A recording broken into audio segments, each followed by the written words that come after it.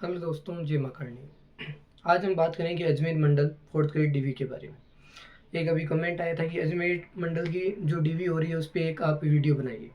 तो मैंने बात करके पूछा किसी से कि अजमेर मंडल की डीवी कैसे हो रही है, तो सेम वही प्रोसेस है जो चूरू, जोधपुर, बीकानेर सारे मंडलों की हो रही है। लेकिन उसमें ध्यान ये रखना है कि जो चेकलिस्ट में हम जो सभी मंडलों के अंदर हम जो चेकलिस्ट का एक पेज लगाते हैं ना, जो चेकलिस्ट है वहाँ पे वो क्या कर रहे हैं, 2 पेज और लग रहे हैं जिसमें चेकलिस्ट में क्या है, अभ्यर्थी का नाम वगैरह वो है। तो वह यहाँ पे साइड में स्लाइड करके दिखाऊंगा कि चेकलिस्ट में चेकलिस्ट और चेकलिस्ट के साथ में जो 2 पेज और है, अर्थात 3 पेज की चेकलिस्ट आपको उनमें लगानी है अजमेर मंडल में। फिर आपका सेकंड क्या होता है, चेकलिस्ट के बाद में आपका क्या आता है, एप्लीकेशन फॉर्म आता है।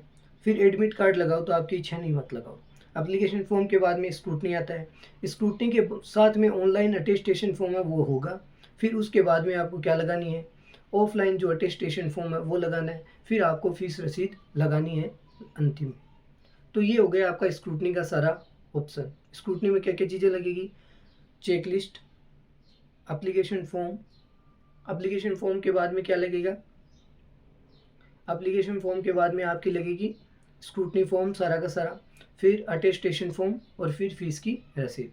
फिर आपकी क्वालिफिकेशन आती है जो 10th 12th ग्रेजुएशन ऐसे करके आपके बढ़ते क्रम में लगानी है। फिर देखो ग्रेजुएशन में आपको first year, second year, final इस प्रकार से लगानी है। फिर आपका कौन सा आता है, कॉलम आता है मूल निवास। मूल निवास आपका मान लो कि 4 साल 5 साल पुराना है तो वो चल जाएगा, कोई इशू नहीं है उसमें। 2014-15 ऐसे चल जाएगा, लेकिन 10 साल 11 साल से ज़्यादा पुराना नहीं होना चाहिए। फिर आपकी क्या आती है, ईडब्ल्यूएस। ईडब्ल्यूएस यदि आपका 2 या 3 साल का गैप है तो आप बीच में एफिडेविट बना लीजिए। या आपका 24 का बना हुआ है, जैसे 23-24 या 24-25 का बना हुआ है, लेकिन वो विज्ञप्ति आने से पहले का है या फॉर्म भरने से पहले का है तो वो चल जाएगा, कोई दिक्कत नहीं है ईडब्ल्यूएस में। और किसी भाई की ओबीसी एससी एसटी में जाती है तो जाति में 1 या 2 साल का गैप नहीं होना चाहिए। यदि गैप है तो आपको एफिडेविट बनाना है। तो ईडब्ल्यूएस के बाद में नीचे उसकी जाति लगा दीजिए, नया और पुराना जिसके पास दोनों है। तो फिर कौन सा कॉलम आता है, ईडब्ल्यूएस के बाद में जो यहाँ पे चेकलिस्ट में आपके पास में वही भरना है आपको। मान लो कोई परित्यागा, ये परित्यागा जो छोड़ दिया गया है कोई महिला को, या कोई मान लो विधवा संबंधित है, या कोई मान लो खिलाड़ी है, उत्कृष्ट खिलाड़ी है तो उसको रिजर्वेशन मिला हुआ तो वो उसका सर्टिफिकेट लगा सकता है।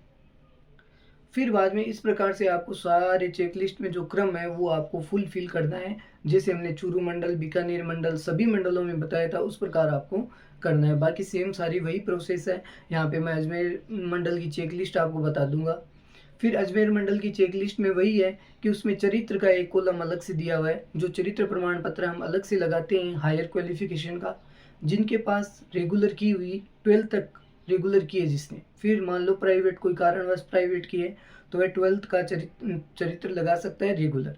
आप स्कूल में जाइए, स्कूल में जाके आपका जो प्रधानाध्यापक है या प्राचार्य है उनके साइन होंगे और वहाँ पे मोहर लगाएगा वो और साइन करके दे देगा। तो वो मान्य है, आप उसकी कॉपी लगानी है आपको दोनों सेट में।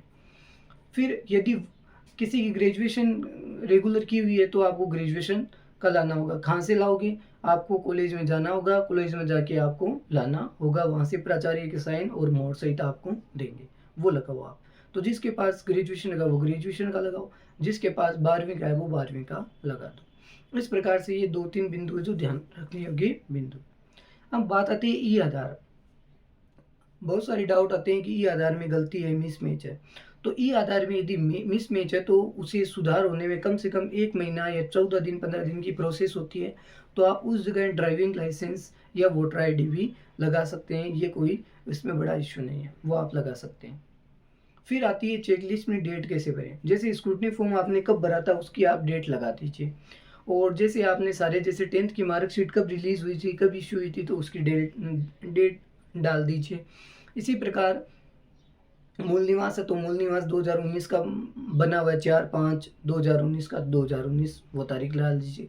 ईडब्ल्यूएस 23-24 का बना हुआ है तो वहाँ पे सर्टिफाइड नंबर और सर्टिफाइड नंबर के नीचे इशू डेट है तो वो इशू डेट डाल दीजिए। इस प्रकार डेट का आप डाल सकते हैं, कोई दिक्कत नहीं। आधार कार्ड की डेट आपको ई आधार में जहाँ फोटो है आपकी उसकी यहाँ पे लेफ्ट साइड में आपको ई आधार में फ़ोटो मिल जाए, फ़ोटो के पास में आपकी डेट मिल जाएगी जब आपका आधार कार्ड बना था और इश्यू हुआ था। तो इस प्रकार से आपको ये बातें ध्यान रखनी है। फिर इसमें एक बात ये आती है, कोई कह रहा है मार्कशीट नहीं है, कोई कह रहा है डिग्री नहीं है। तो जो स्क्रूटनी आप में आपने क्वालिफ़िकेशन या जो डॉक्यूमेंट लगाए हैं, वो आपको ले जाने हैं। मान लो लेट भरा है, साइट नहीं चल रही थी, तो मान लो कोई करेक्शन हो गया, कुछ और हो गया है, तो वो आप ऑफ़लाइन सही करके ले जा सकते हैं, या वहाँ जाते समय आप उनको बता देना डीवी जब हो रही हो तो कि हमारा यहाँ पे करेक्शन है, ईडब्ल्यूएस पहले का अपलोड हो गया या नया अपलोड हो गया, पहले का करना था। वो सारी बात आप उनको बता दीजिए, वहाँ पे सॉर्ट आउट हो जाएगी, कोई ज़्यादा इश्यू नहीं है उस बात का। बस बात ये है कि आपको बिना अनजाने में कोई गलती नहीं करनी है वहाँ पे, एक बार पूछ लेना किसी से, फिर आपको सही करना है। और बाकी जो भी वीडियो बनाए हुए हैं उनमें भी आप देख सकते हैं, सारी डिटेल दी हुई है, इन्फॉर्मेशन दी हुई है, सभी मंडलों का सेम है, कोई दिक्कत नहीं है। सारे डॉक्यूमेंट सेम लगाने हैं। कोई मंडल अलग हो गया तो इसका मतलब ये नहीं कि डीवी अलग हो रही है, अलग नहीं हो रहा, सारा सेम है, इसीलिए वीडियो बना रहा हूँ। फिर मान लो चरित्र 2 आते हैं गजेटेड के, जो फर्स्ट ग्रेड लेक्चरर होते हैं उनके साइन करवाने एक-एक पेज का होता है, और उनको आप ओरिजिनल लगाना है आपको फर्स्ट नंबर सेट में। आपके सारे डॉक्यूमेंट ओरिजिनल लगेंगे, लेकिन मार्कशीट, जो क्वालिफ़िकेशन है, मूल निवास है, जो आपके परमानेंट डॉक्यूमेंट है ना, उनकी कॉपी लगानी है दोनों सेट के अंदर।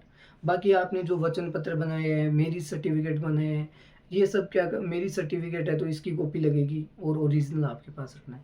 वचन पत्र, संविधान संबंधी ये सारे कागज़ एक सेट में ओरिजिनल लगेंगे जो आपने बनाए थे। ₹50 के स्टाम्प पे आपने विवाहित अविवाहित का बनाया हुआ है तो वो भी ओरिजिनल लगेगा पहले सेट में। दहेज संबंधी है वो भी ओरिजिनल लगेगा। सामान्य घोषणा पत्र है वो भी क्या लगेगा, ओरिजिनल लगेगा पहले नंबर सेट में। 2 फाइलें लानी है, धागे की हो चाहे कैसी भी फाइल हो, कोई इश्यू नहीं है, 2 फाइलें आप लेके आओ। कोई कह रहा है फाइलें नहीं ले रहे, धागे नहीं ले रहे हैं। अरे भाई, धागे नहीं ले रहे हैं, फाइल नहीं ले रही, आप तो अपडेट होके जाओ पूरा। वहाँ पे नहीं ले रहे हैं तो क्या है, फाइल ले जाओगे तो अपने डॉक्यूमेंट सेफ रहेंगे वहाँ पे अलग फाइल में, और अलग थोड़ा अलग ही अट्रैक्टिव दिखेगा कि भाई वास्तव में सिंसियर है, स्टूडेंट है, कैंडिडेट है, वो बढ़िया तरीके से लेके आए। तो इसमें कोई इशू नहीं है। कोई कह रहा है हम नहीं ले जाए, हम नहीं ले जाना, ये नहीं ले जाना, कमेंट में करते हैं धागा मत ले जाओ। जो व्यक्ति अपना पूरा अपडेट करके जा रहा है उसकी डीवी मात्र 6 या 7 मिनट में हो रही है। मेरी खुद की डीवी चूरू मंडल में थी, मात्र 10 मिनट में डीवी हो गई थी, क्योंकि डॉक्यूमेंट मेरे सारे पूरे किए हुए थे। फिर एक बात और आपको याद रखनी है, जितने भी डॉक्यूमेंट आपके बनेंगे 2 सेट, तो मान लो कोई ने पीजीडीसी लगा दी, कोई ने मान लो कंप्यूटर डिप्लोमा लगा दिया, कोई ने एमकॉम एमएससी जो भी है लगा दिया, तो उनको क्या है, उनका सेट भी 40-45 पेज का बनेगा। दोनों सेट 40-40 या 45-45 पेज के बनेंगे। तो प्रत्येक पेज के नीचे आपको सेल्फ अटेस्टेड करना है। सेल्फ अटेस्टेड का मतलब अपने नीचे साइन करने हैं।